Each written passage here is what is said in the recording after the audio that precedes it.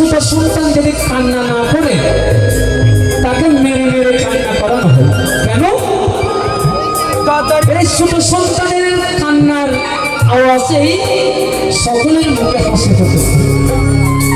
কিন্তু আপনি যেদিন এই ধরা অঞ্চলে ছেড়ে চলে যাচ্ছেন সেদিন যদি আপনি কেঁদে কেঁদে যান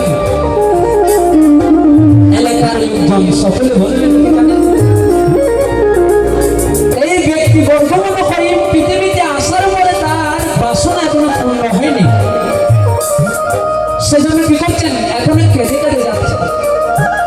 তো সেজন্য কথা বলছেন এমন জীবন তুমি করিবে গঠন মরণে তুমি নই, তোমার জন্য জগৎ কান্না করবে, তুমি হেসে হেসে মানবে।